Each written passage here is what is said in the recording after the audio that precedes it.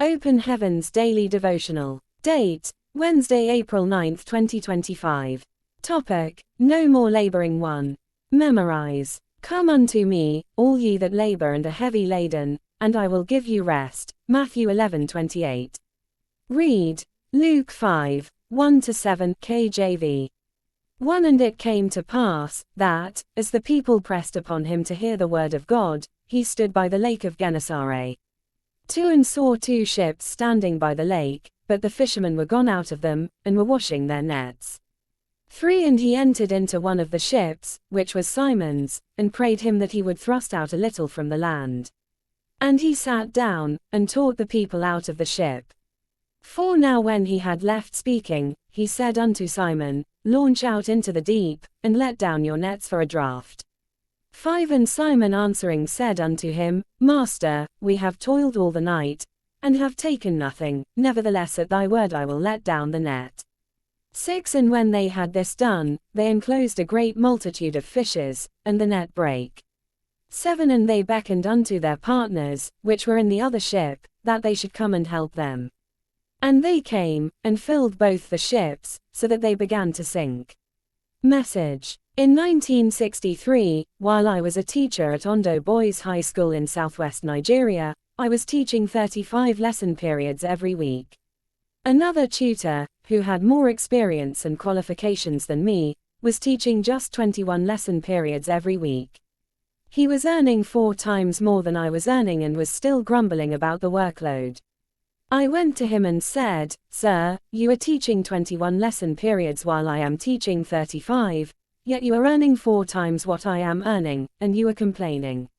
He drew me close, patted me, and said, My boy, you don't understand. I'm being paid for what I have already done. I'm being paid for what is in my brain. While I was laboring and earning peanuts, the other teacher wasn't working as hard, yet he was earning more. There is a difference between working diligently and laboring. A manual laborer has to work very hard to get little pay. You can't call a manager a laborer. Both of them go to their workplaces in the morning, but one goes to work, and the other goes to labor. Even though a manager arrives at the office very early every day and works hard, he or she gets paid something worthwhile for his or her efforts. In Genesis 2:15, God gave Adam a garden to tend. Some Bible scholars have described the Garden of Eden to be as big as Lagos, Nigeria.